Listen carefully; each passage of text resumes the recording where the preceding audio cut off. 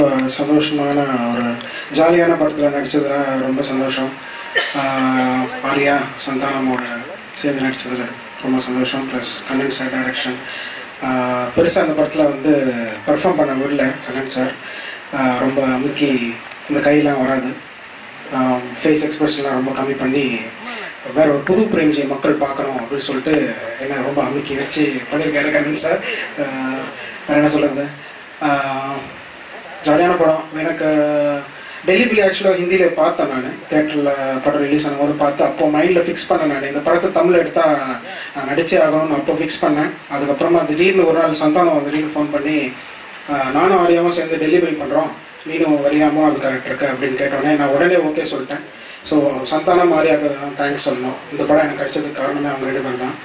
And ஒரு நல்ல ஜாலியான fun film from April 5th எல்லாரும் பார்த்து என்ஜாய் பண்ணுங்கள்.